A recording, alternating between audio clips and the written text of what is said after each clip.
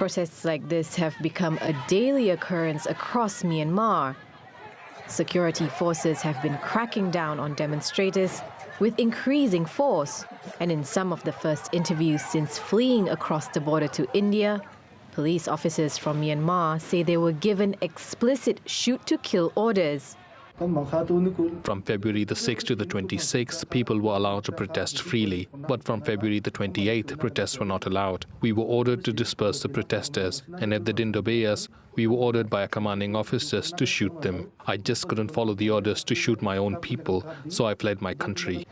Thapeng says within Myanmar's police force, there is overwhelming support for anti-coup protesters. He also says that while he misses his family, he's fearful of going home.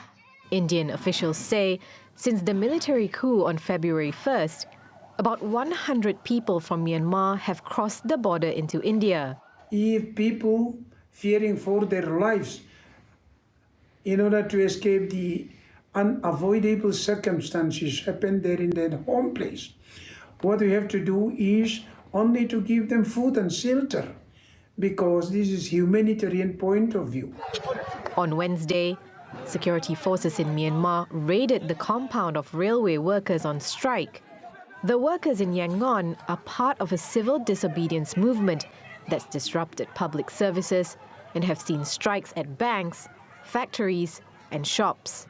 Police have also cracked down on independent media, raiding offices and revoking the licenses of several news outlets. It's believed more than 24 journalists have been arrested since the coup. It is grim, it is horrifying, and it is heartbreaking.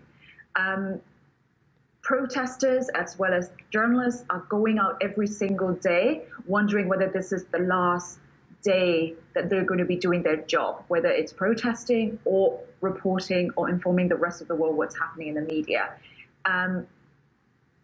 And I really fear that things will get worse before they get better.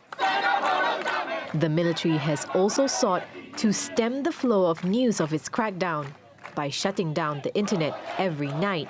Despite daily protests, the army continues to deny responsibility for all deaths that have been reported, and it's defended its coup as justified due to so-called fraud in November's elections.